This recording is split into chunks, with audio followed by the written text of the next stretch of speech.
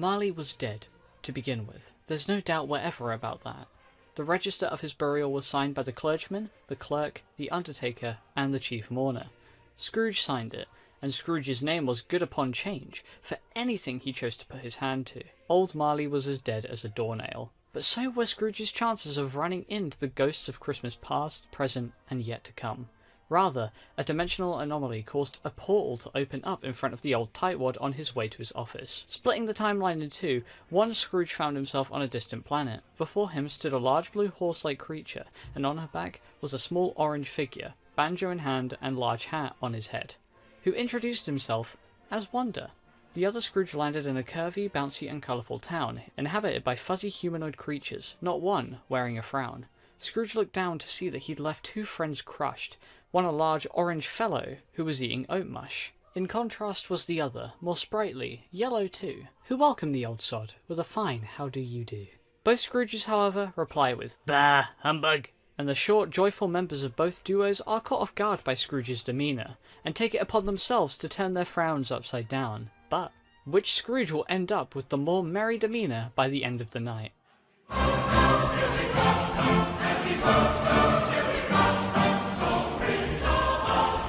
Howdy friend, my name is Brandon, and I'll be siding with the greatest in the galaxy for this, well, Galaxy Grudge Match.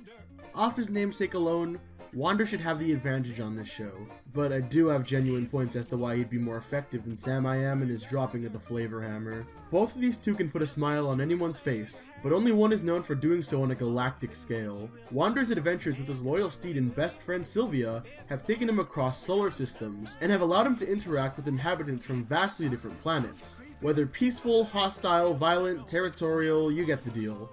Wander's met a lot of different folk across his intergalactic road trip, whereas Sam has only interacted with the people in his little town, who are already pretty chipper to begin with. Wander's positivity is so infectious, planets whose inhabitants were borderline miserable had their frowns turned upside down only after a day with him. Even when it came to Guy Am I, it took Sam quite a long time to crack that green eggshell. I believe Scrooge will be more likely to become happier, faster around Wander, based off of his track record. Arguments can be made that Wander never truly made amends with Lord Hater, his biggest opposer, though even his most loyal soldiers, in Commander Peepers, took part in Wander's fun from time to time. Hater's just some big old grump that doesn't like certain people's inside jokes, I guess. Wander may seem sort of naive at his core, but when the situation calls for it, his messages are always thought-provoking and meaningful. He's a genuinely caring sort of guy. Scrooge's main dilemma in life is his stubbornness, post-life dealing him a bad hand, and his disbelief in miracles by extension, such as the woos of Christmas and the seasons of giving. Wander's mere existence and abilities alone should suspend his disbelief. We're talking about someone who travels between planets in seconds in a bubble and meets interstellar lifeforms on a daily basis. These miracles and chimes of Christmas cheer would be far more believable then, I'd imagine, especially since Ebenezer is meeting with a guy who's friends with Emperor Awesome and those box aliens, two of the most prolific forces in the galaxy. Even Santa wouldn't seem that far-fetched then, let alone the whole idea of Santa's generosity. If not Wander's own generosity and cheeky nature rubbing off on Scrooge, as it so commonly does on other people. Sam, on the other hand, could show him many exotic creatures, inventions, and locales for sure, but it doesn't take a jet-powered suitcase scientist to figure out which revelation would make the unbelievable more believable. On the topic of suitcases, Sam really only got to Guy's heartstrings after relaying his traumatic baggage with him, something Guy himself related to, a very specific issue both of them had. If he can't make that deep connection with Scrooge, his holiday spirit won't show, and he won't be partaking in any delicious servings of green eggs and ham. Not on a boat, on a goat, in the rain, or on a train. Here or there, or anywhere. Ultimately, my case for Wander is simple. His track record of making hundreds, if not thousands of people happy, as well as his ability to fascinate Scrooge with the far reaches of the cosmos. Above all else, he's shown to create connections in ways that Sam hasn't. Again, he's the greatest in the galaxy. That should have sold you from the start. Wander, wander, over, over, yonder, yonder, wander, wander,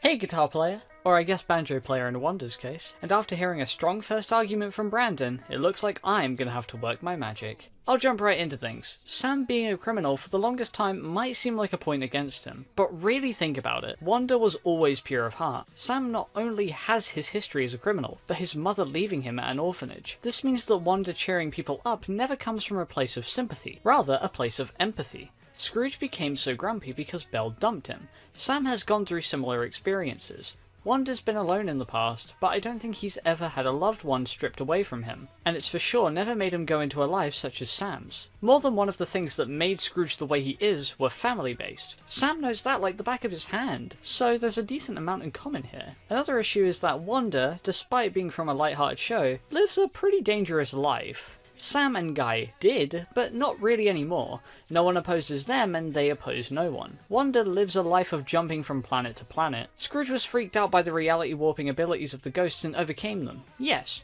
but those abilities were catered towards Scrooge learning his lessons specifically and were usually out of his control. They forced him to do all of this stuff. Neither of these two are willing to make someone that uncomfortable. They're persistent, but the ghosts were ruthless and cared little for how fearful Scrooge was. So, without that ruthless heir to their teachings, I believe Sam's methods of teaching would go through Scrooge's thick skin a little easier because he won't be as freaked out. The world of green eggs and ham might be a little much at first, but it's one that's easier to get used to. If Lord Hater comes down mid-lesson and tries to kill them, Scrooge will learn nothing and his life will be put into jeopardy. Plus, this crazier life could make Scrooge's more grounded struggles a little harder for Wanda to understand, since he's not from a grounded world. Even some people from this world, namely Lord Hater, were never able to be changed by Wanda. When he tried to comfort Lord Hater with a song when someone didn't return his feelings, Lord Hater got furious with him. Also, think about who their friends are. Guy is who I'm mainly thinking of. Guy was in a very similar situation to Scrooge. They both literally turned down an opportunity to donate to charity. Guy would be able to talk to Sam about the emotions he doesn't understand, and help him find that soft spot of Scrooge's. Wanda has Sylvia, but she doesn't tend to mean much when helping others become happy. That's all Wanda, really. I just think Sam can relate to Scrooge more, and has more company that can too.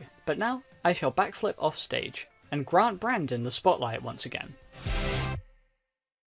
You bring up some good points, namely in the fact Scrooge would be weirded out at first if Wanda were to grab him by the hand and travel across the galaxy with him. I mainly brought up his intergalactic escapades to show the wide appeal Wanda has over his universe. Most times, Wanda and Sylvia are faced with an issue that resolves and mainly takes place in one or maybe two planets at most. And as for Lord Hater showing up to ruin their fun, he really only butts heads with Wanda when Wanda himself is interfering with him taking over a planet. There's a lot of episodes of Wander Over Yonder like The Lonely Planet, The Void, and The Nice Guy, which shows a more mundane take on Wanda and Sylvia's lifestyle. Hater may see them as intergalactic fugitives, but at the end of the day they're nothing more than tourists. Now, I still believe Wanda has the superior methods in cheering up Scrooge, and forming a more meaningful connection. I've said before that Wanda's aura and attitude alone is infectious enough to rub off on people, to make them happy merely off of his presence.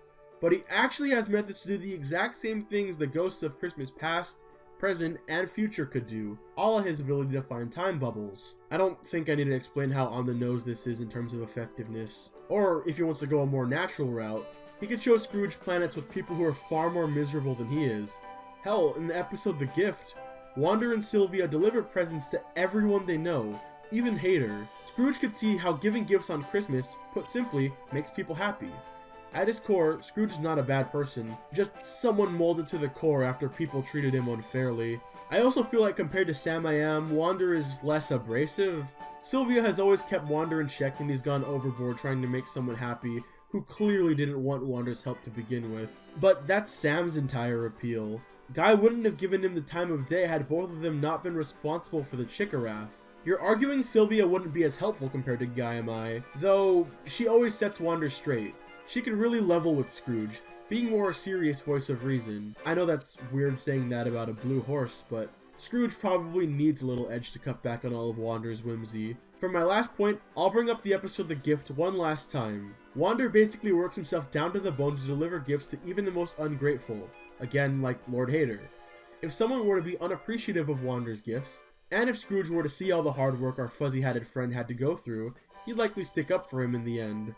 Especially given Wanda's generosity towards him. I don't see him forming a lasting bond with Sam or Guy, I'll say. Wander's methods could more easily be empathized with, which is the main point we brought up in Sam's corner. Wander's intentions are pure at heart.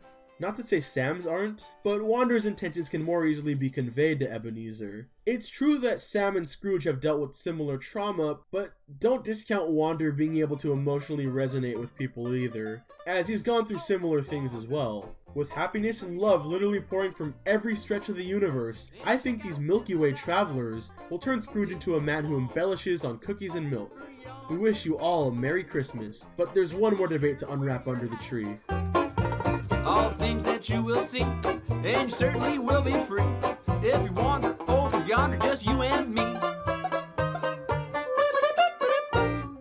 Some mighty fine rebuttals you got there, but I have some of my own. I guess the standout argument to me was Wanda's time travel methods. The time bubbles aren't gonna work. They travel through time, not dimensions. Scrooge is from the Christmas Carol universe, and thus would not be benefited from seeing Wanda over yonder's world's history. Heck, how would Wanda even know where to find the specific memories that would make Scrooge tick? But that was far from your main point, so I shall elaborate. I suppose the possibility of Lord Hater butting in is unlikely, but it doesn't put the idea of danger out of the question. While it's very possible Scrooge wound up on a tame planet, it's just as likely they're on a planet inhabited by dangerous creatures that distract from Wanda's morals. Think about the things that ultimately got Scrooge thinking. Belle, Tiny Tim, people talking about him behind his back, finally partaking in Christmas activities with family, albeit when they didn't know he was there, and seeing that no one cared when he died. Now, I don't think anyone on either team has it in them to tell Scrooge that last one, but the other things I believe both teams could exploit, as they're very grounded problems that aren't uncommon even in today's world. Wanda, however, needs to find a planet that has these problems and find a person to use as an anecdote, and that's assuming Wanda doesn't get all caught up trying to help them,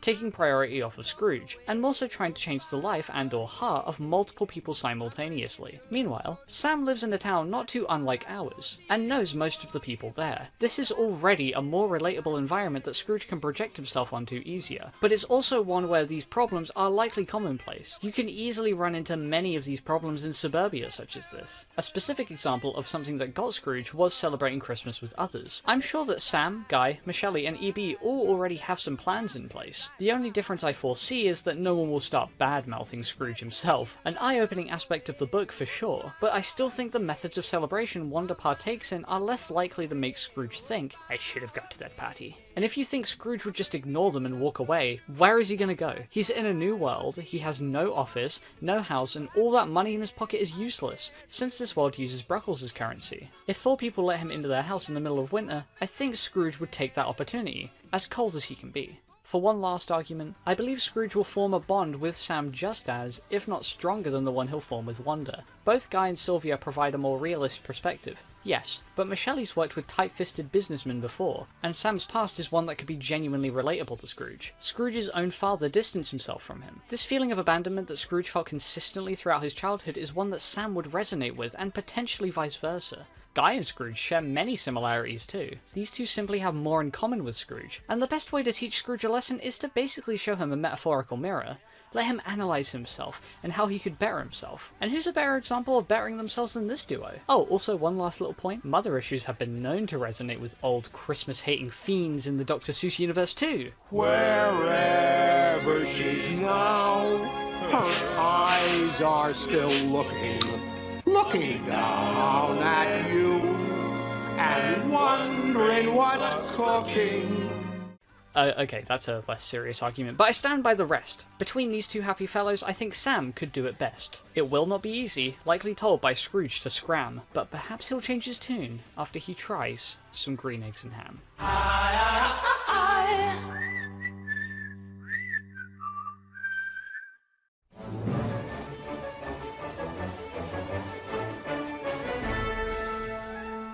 I won't ask a lot for Christmas, but maybe Santa will deliver us his verdict.